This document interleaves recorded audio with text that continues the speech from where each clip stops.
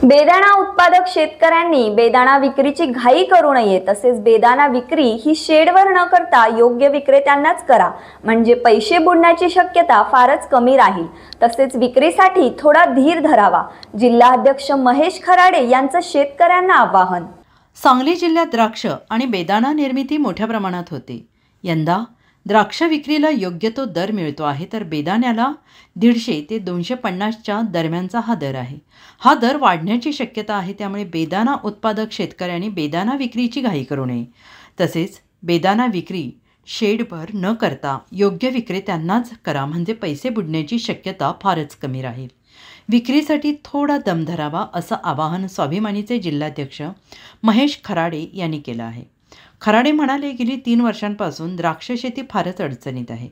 द्राक्ष आणि बेदाण्याचे दर फार कमी झाले होते, मात्र यंदा मोठ्या प्रमाणात अति पावसामुळे द्राक्ष घड कुज मोठ्या प्रमाणात झाले। तसेच दावण्या रोगानेही द्राक्ष शेतीचे मोठ्या प्रमाणात नुकसान झाले। या साऱ्यातून जी द्राक्षे राहिली आहेत त्यांना विक्रीसाठी योग्य दर मिळत आहे। सरासरी 200 ते 250च्या दरम्यान दर मिळतो आहे, त्यामुळे द्राक्ष विक्रीसाठी मोठ्या प्रमाणात द्राक्ष जात आहेत। उर्वरित द्राक्षाचा बेदाणा केला जात आहे। दरवर्षी 20,000 गाड्या म्हणजे सुमारे 2 लाख टन बेदाण्याची निर्मिती होते। गतवर्षीची बेदाणा शिल्लक नाही। यंदा 14 ते 15,000 गाड्या म्हणजे सुमारे 1.5 लाख टन बेदाण्याची निर्मिती होईल, असा अंदाज आहे। यामध्ये पिवळ्या आणि हिरव्या बेदाण्याचा समावेश आहे। हिरवा बेदाणा 80 ते 85% होतो, तर पिवळा बेदाणा 10 ते 15% तयार होतो। सध्या पिवळ्याला 150 ते 200 एवढा दर आहे, तर हिरव्या बेदाण्याला 180 ते 250 रुपये प्रति किलो असा दर आहे। दरवर्षीपेक्षा 40 ते 50,000 टन बेदाणा निर्मिती कमी होण्याची शक्यता आहे। त्यामुळे सध्या 150 ते 250 रुपये असणारा दर 200 ते 300 वर जाण्याची शक्यता आहे। त्यामुळे शेतकऱ्यांनी बेदाणा विक्रीसाठी गडबड करू नये। काही व्यापारी बेदाणा शेडवर कमी दराने बेदाण्याची खरेदी करत आहेत। व्यापाऱ्यांकडून फसवणूक होण्याची शक्यता आहे आणि यामुळे फसवणूक टाळण्यासाठी सौद्यात बेदाण्याची विक्री करावी, म्हणजे स्पर्धेत शेतकऱ्यांना चांगला दर मिळण्याची शक्यता आहे। आर्थिक अडचण सोडवण्यासाठी आवश्यक तेवढा बेदाणा सौद्यात विक्री करून उरलेला बेदाणा स्टोरेजमध्ये ठेवल्यास वाढीव दरवाढीचा फायदा शेतकऱ्यांना मिळेल।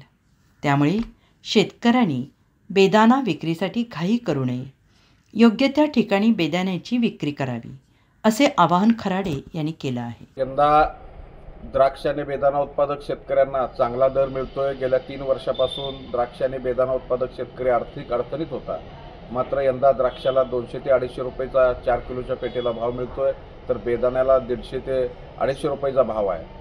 दरवर्षी साधारणतः 2 लाख टन बेदाण्याची निर्मिती होते, ती यंदा 1.5 लाख टनच होईल।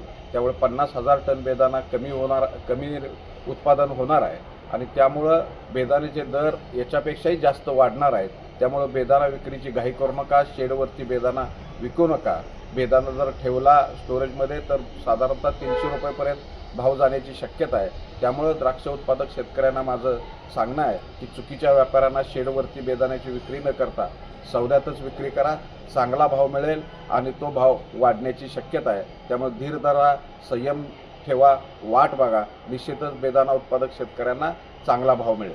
अशाच विशेष घडामोडींसाठी आमच्या YouTube चॅनलला सबस्क्राईब करा, फेसबुक पेजला लाईक करा आणि इन्स्टाला फॉलो करा। नमस्कार, आपण पाहताय लोकसंदेश न्यूज आणि मी स्मिता यादव। पाहूयात काही विशेष घडामोडी।